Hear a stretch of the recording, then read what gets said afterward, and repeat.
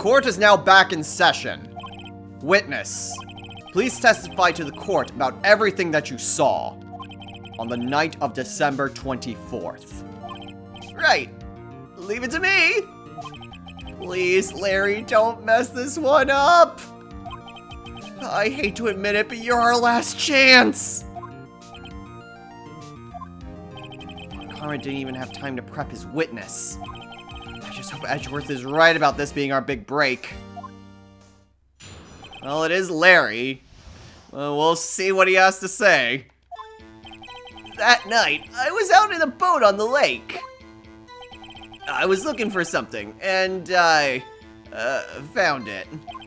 So I quietly slipped the boat back to the rental shop dock. And just as I was thinking about going home, I heard this bang. I looked out over the lake, but I didn't see a boat. So after I heard that single gunshot, I went home. That was an unusually vague testimony, even for this court. In any case, Mr. Wright, you may begin your cross-examination. Yes, Your Honor. What's wrong, Nick? It's Larry. I have no idea what he's going to say if I press him.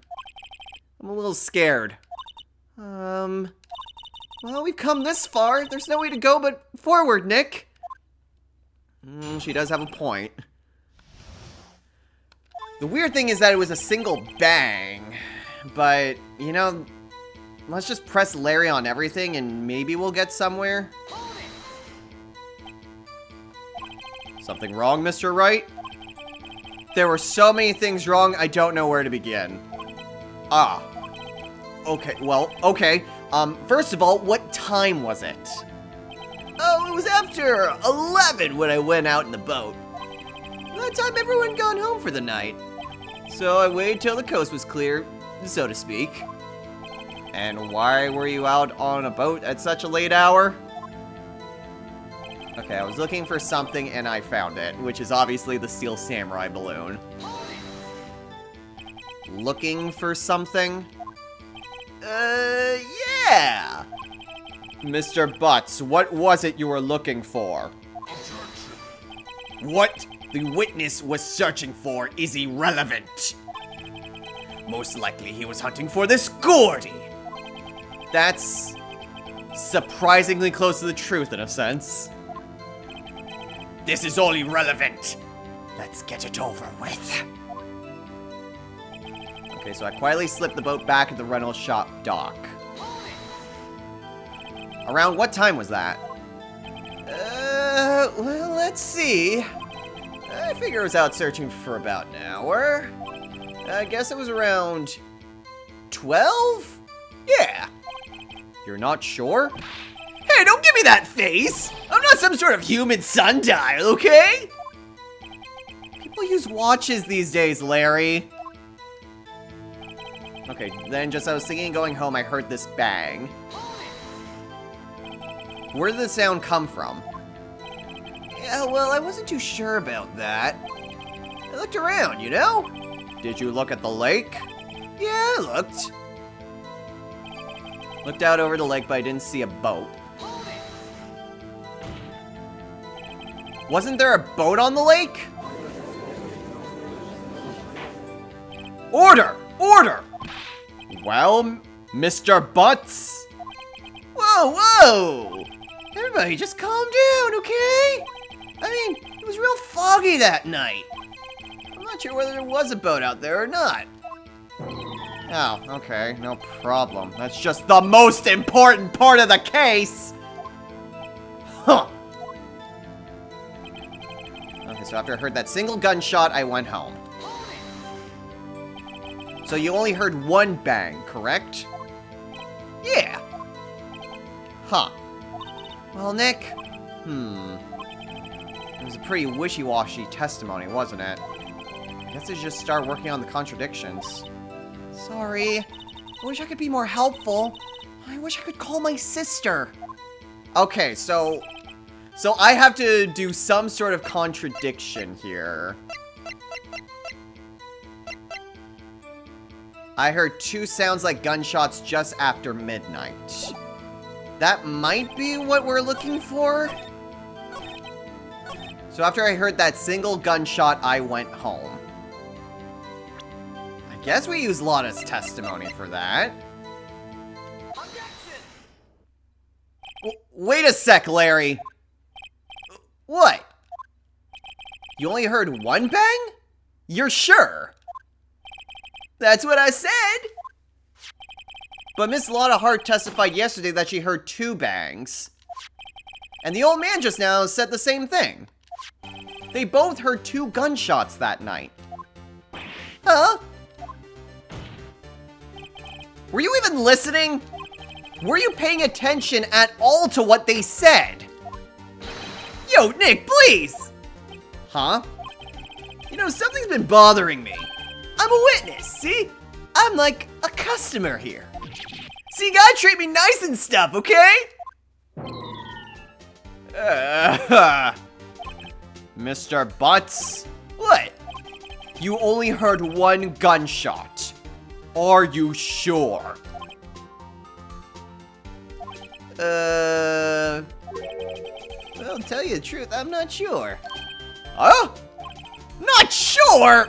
How can you not be sure? Yeah, well, I might have missed the other gunshot.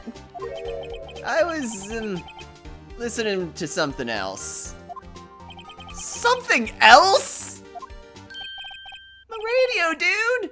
My headphones! What?!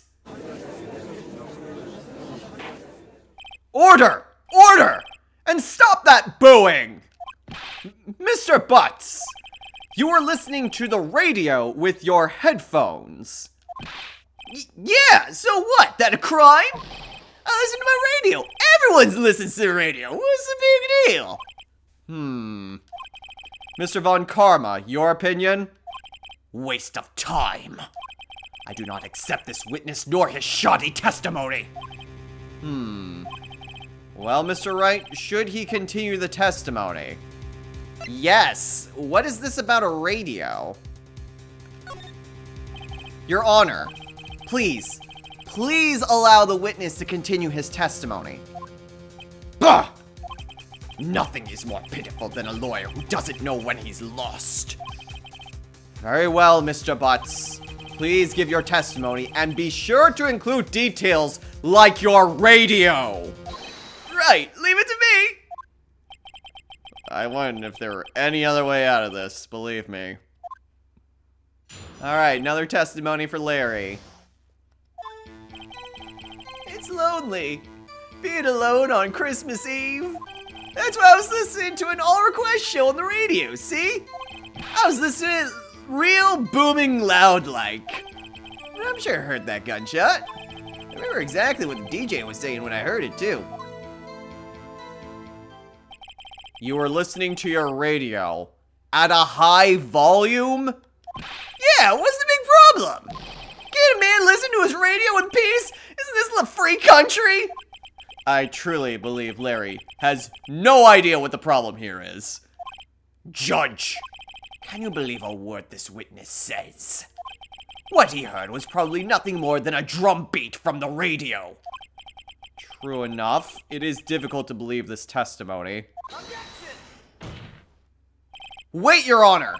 The witness said he remembers exactly what the DJ said when he heard the gunshot. Excuse me? DJ? An announcer, the guy who says things on the radio.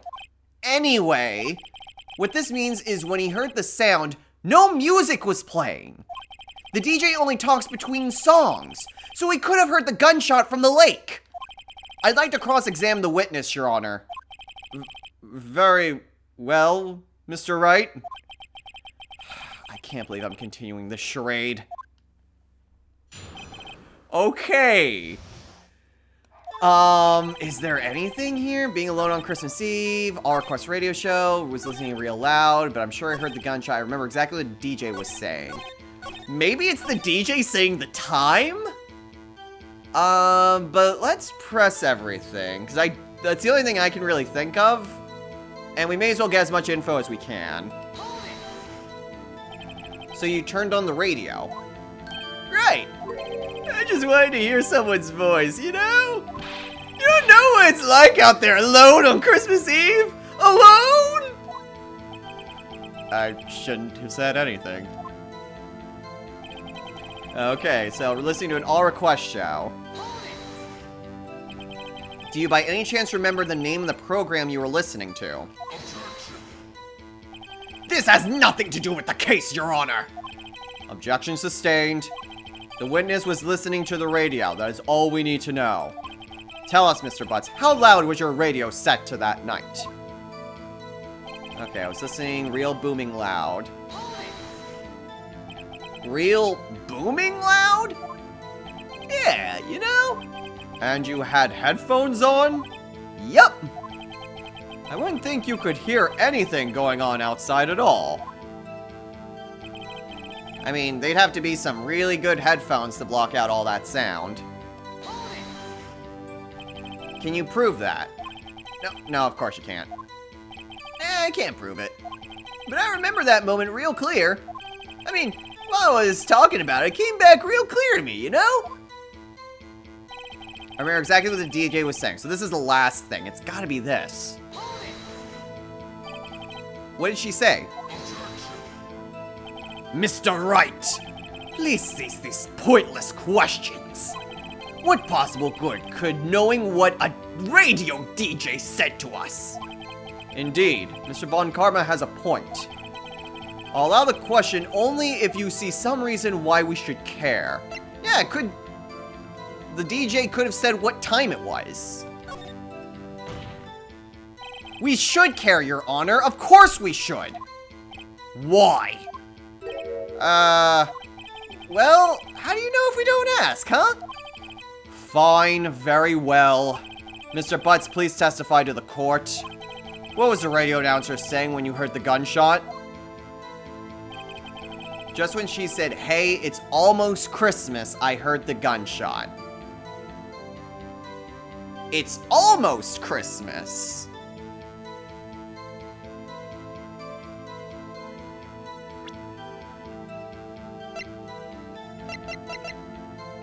But the Lana said it was just after midnight.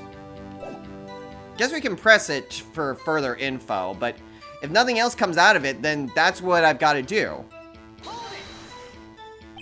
Are you sure? Of course I am. She had this real sexy voice. Huh, maybe Von Karma was right. I'm not sure how that helped us at all. This is the most ludicrous testimony I've ever heard. But there is one gleaming ray of hope in there. Gotta press it until we get to the bottom of what happened. Okay, yeah, so that's gotta be it. Blah, blah, blah, blah, blah. Just when she said, hey, it's almost Christmas, I heard the gunshot. It's gotta be Lana's testimony again. I heard 2 sounds like gunshots just after midnight.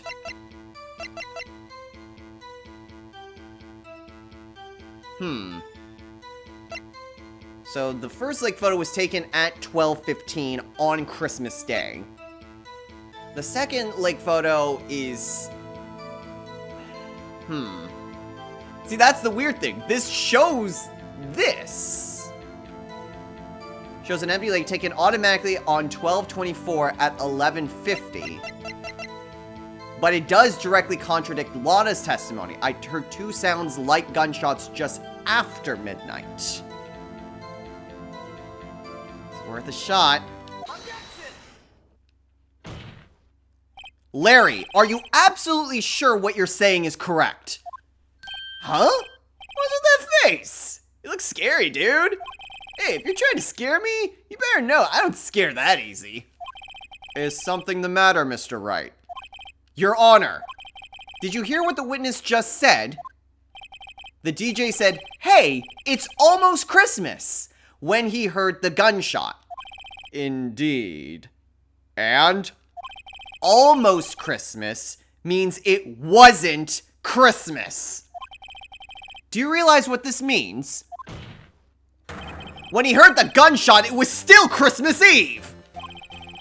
That would seem to be the case, yes. But that contradicts the 2 testimonies we have heard so far, Your Honor. both Miss Hart and the old man said it was after midnight when they heard the shots. In other words, when they heard the gunshots, it was already Christmas. This is a clear contradiction, Your Honor. Order! Order! What does this mean? The two prior witnesses heard gunshots after midnight. However, this witness says he heard a gunshot before midnight. Judge, the answer is simple. The current witness is plainly mistaken. Just look at him. Suspicious. What? Well, Mr. Wright, what do you think about Mr. Butts' claim he heard a gunshot before midnight? He's right. We have a photo here. Larry's not mistaken, Your Honor. He heard that gunshot before midnight. Intriguing. I'm assuming you have evidence for this wild claim. Show me evidence there was a gunshot before midnight. The photo. We have a second lake photo. An empty lake taken 10 minutes before Christmas. Look at this photograph. This was taken by our witness yesterday, Miss Lotta Hart, with her automatic camera. The timestamp on the photo reads December 24th, 11:50 p.m. Oh? But there's nothing on the lake in this picture. Your Honor, the real issue here is not why nothing is shown in this photograph. It is why this photograph exists at all. What do you mean? Your Honor, this photograph was taken by an automatic camera. That camera was set to go off in response to loud noises. Aha! Correct. There was a loud noise on the lake at 11:50 p.m. That is why this photograph was taken. In other words, when Larry heard that gunshot, it was most definitely still Christmas Eve. Indeed. It would seem that is the case. Then, where does that leave us? Ms. Hart testified that she heard the gunshot after midnight. Are you claiming she was mistaken? Not at all, Your Honor. It is a fact that the camera also triggered at 15 minutes after midnight. Your Honor, that night there were two sets of gunshots with a 25-minute pause between them. Why would this be? Don't be fooled, Judge! That camera was set to respond to loud noises. Yes? There is no proof that the loud noise at 11:50 was a gunshot. Why, the witness could have sneezed, triggering the camera. Hey, my nose was clear that night, man! Clear! Well, Mr. Wright, there's no turning back now. Can you prove that the loud noise at 11:50 was indeed a gunshot? Please show the court evidence if you have any. The gun itself, fired 3 times. There were 3 gunshots that night. The 2 after midnight and the 1 before. This is my evidence. The murder weapon? Something about this pistol was bothering me, Your Honor. Both of the witnesses who testified yesterday heard 2 gunshots. However, the murder weapon was fired 3 times. When, then, was the last shot fired? Only now have I realized the truth. That 3rd shot was the shot Larry heard just before midnight. Order! Order! That would make sense of the evidence we've seen so far. However, this leaves me wondering exactly what did happen that night on the lake. Exactly. If this is true, there were 2 sets of gunshots separated by 25 minutes. One at 11:50, another at 15 minutes after midnight. Why, I ask you? Why? Oh, I'd better think of something quick. Wait a second. Gunshots separated by 25 minutes. Ah! What's wrong, Nick? I have it! I have it! Huh? Remember the case with the Steel Samurai? Huh? Yeah, of course, I remember. The murderer in this case had the same idea as the murderer in that case.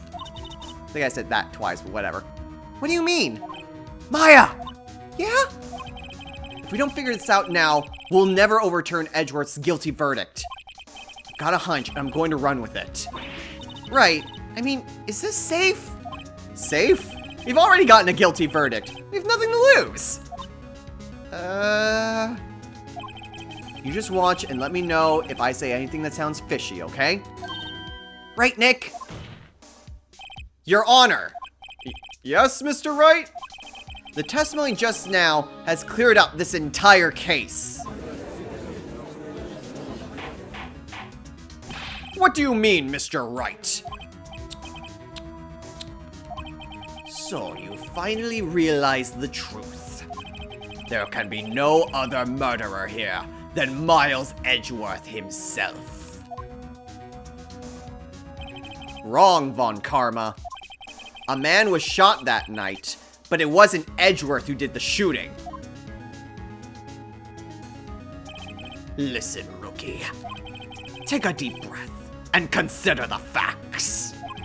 At the time of the murder, one boat was on that lake. This was shown by the witness's photograph.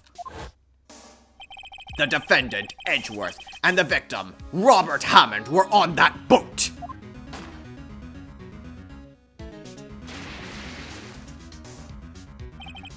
There was a gunshot fired on that boat, and Robert Hammond fell into the lake.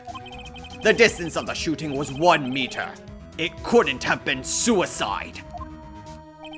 Well, the guilty party has to be the other man on that boat. I admit it is hard to imagine any other possibility. Yes, but this assumes that the victim was shot at 15 minutes after midnight.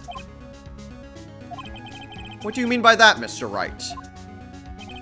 We have photographic evidence of the time of the shooting. The timestamp on the photo says 0:15. But Larry heard a gunshot 25 minutes before that. Robert Hammond was killed then, 25 minutes before the shot on the lake. That's the only way that Edgeworth could be innocent. Mr. Wright, are you quite mad?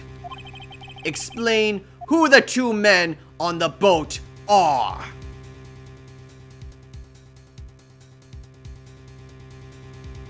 I'd say Edgeworth and the murderer. It's gotta be, right? It can't be the murderer and Hammond, because Edgeworth is on that boat. He's on the boat there. And it can't be Edgeworth and Hammond, because then that's, well, that's pretty much what we've all known. So it has to be Edgeworth and whoever murdered Hammond. Of course, it was Edgeworth and the murderer. After the murderer killed Robert Hammond at 11:50, he assumed the guise of Mr. Hammond and met Edgeworth.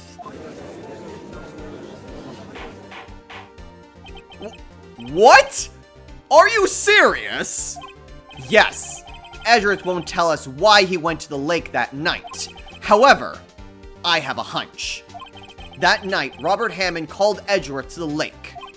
Now, Edgeworth didn't know Robert Hammond's face that well. That's why he didn't suspect anything when the murderer took Robert Hammond's place. I'm not sure what to make of all this. Ludicrous! Mr. Wright, tell us the name of the murderer then. The murderer's name? Right. It's... I don't know, actually. Definitely not Lotta Hart. She was off of that. Miles Edgeworth, that's really dumb.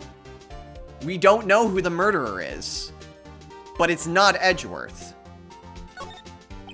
Actually, I don't know the murderer's name.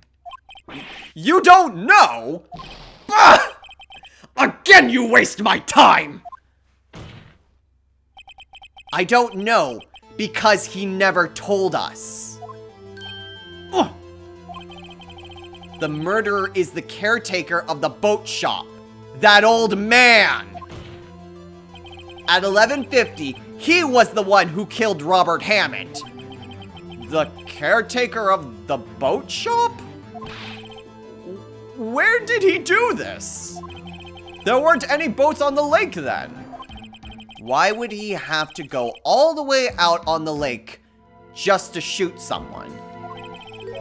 May I suggest that the real scene of this crime was not on a boat? What? Well then, where did the murder took place? Should judge where the murder really took place. Okay. Okay, so that's Lotta's car. I assume it would be here? This is Larry's stand. This is the beginning gate here. If the gunshot was from, like, right here, it would definitely be close enough for Lotta's camera to pick it up. The lake itself is where everyone thinks it is, and that's exactly what we're refuting. So it's gotta be within the boat shop itself. If it's not necessarily the boat shop, then it's gotta be within the surrounding woods here. But I'm gonna guess the boat shop, and then go from there. Here, of course. The boat shop, where he lives. That way he could meet with the victim without anyone seeing. Do have proof that the boat shop was the scene of the crime. Recall Larry's testimony, if you will.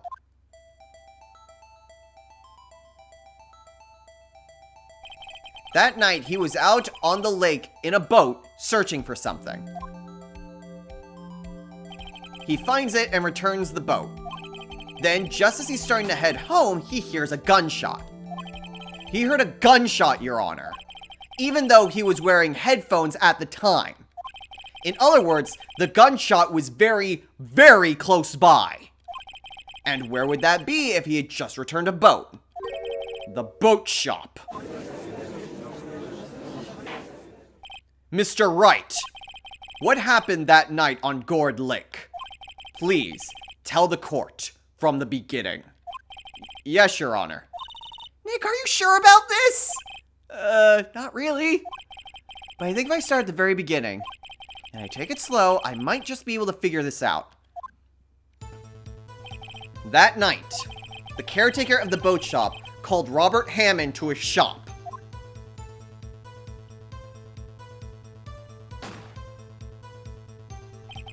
This was around 11:50. That was when the gunshot that Larry heard was fired. After that, the caretaker put on Robert Hammond's coat. He became Robert Hammond. Then he got in the boat with Edgeworth and went out into the middle of the lake. Then who fired the pistol on the boat, Mr. Wright?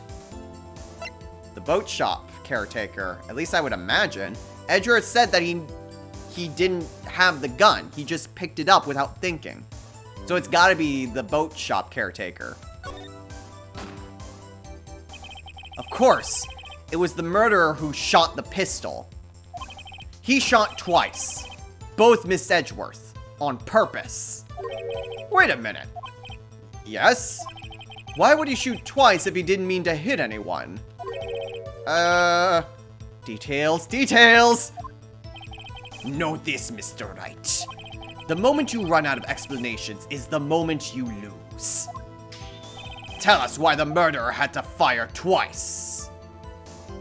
The first shot missed, or just to create a witness?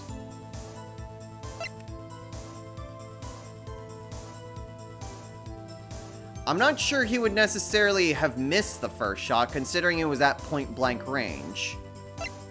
I'm assuming it's just to create a witness. That way, someone would have heard. Someone shoots once, their immediate attention goes to wherever it was, which was the lake. You fire again, that's when they see that a gun actually goes off. It's why we've been able to have Lotta Hart as a witness. I believe he shot twice to create a witness, Your Honor. Create a witness? The murderer lifts his pistol and fires one shot. That ensures that anyone who heard the shot would look at the lake. Indeed, Miss Hart did exactly that after hearing the first gunshot. Next, the murderer waits a bit and he fires again. Then, the murderer jumps from the boat himself, leaving the pistol in the boat behind him.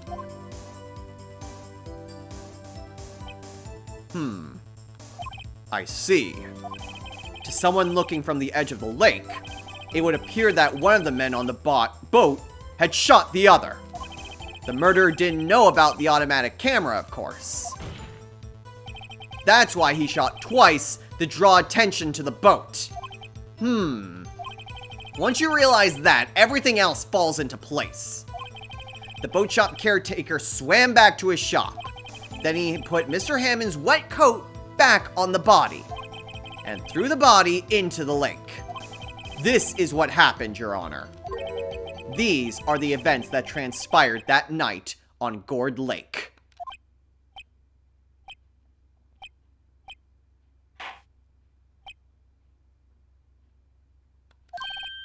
Bailiff? Bring out the witness from before. The boat shop caretaker. Quickly!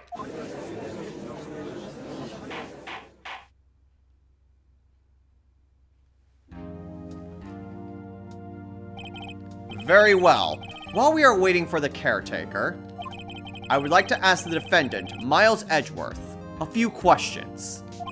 Mr. Edgeworth, please take the stand. Oh geez, this is really freaking long. Mr. Edgeworth, you heard what the defense has said. Yes. Well, why did you go to the lake that night? What Wright has said was mostly correct. Astonishingly so, actually. Yes. Several days ago, I received a letter. The letter was signed, Robert Hammond.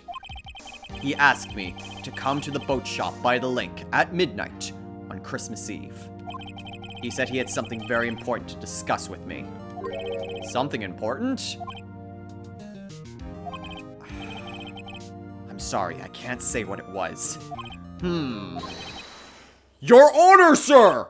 Bailiff, we are conducting a trial here! I ask that you remain quiet. The witness has disappeared! He isn't at the boat shop either! What? What should I do? Find him, quickly! We cannot allow him to get away!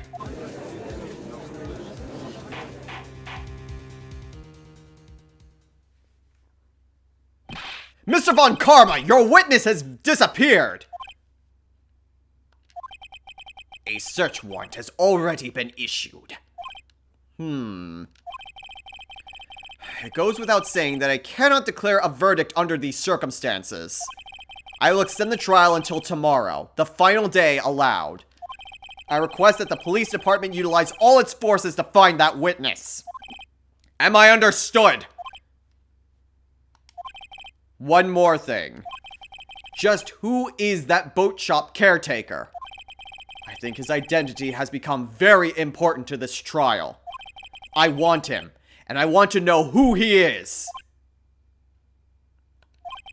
Very well. Court is adjourned!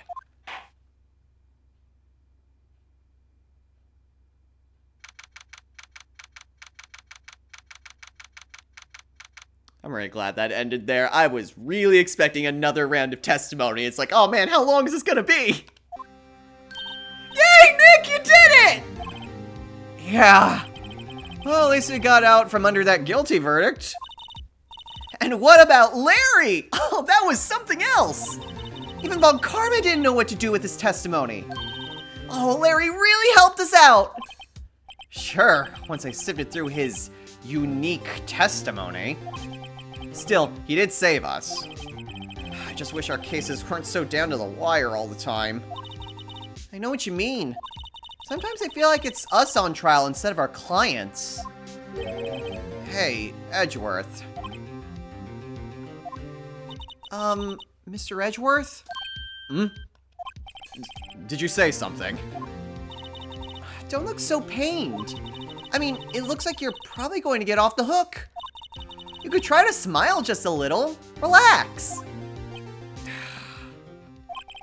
I'm sorry, but I fear it's not over for me yet. What do you mean? Right. There's something that's been troubling me for a long time now. And I don't know whether or not to tell you. Edgeworth? No. There's so little time left. I want to tell you to get it off my chest, but... I can't make up my mind. What is this about, Edgeworth? It's a nightmare I've had. A memory of a crime that I committed. A crime you committed? A memory of a murder. Well, that's ominous. And such a cliffhanger to end off on. But that is going to do it for us today. So, next time on Let's Play Phoenix Wright, Ace Attorney.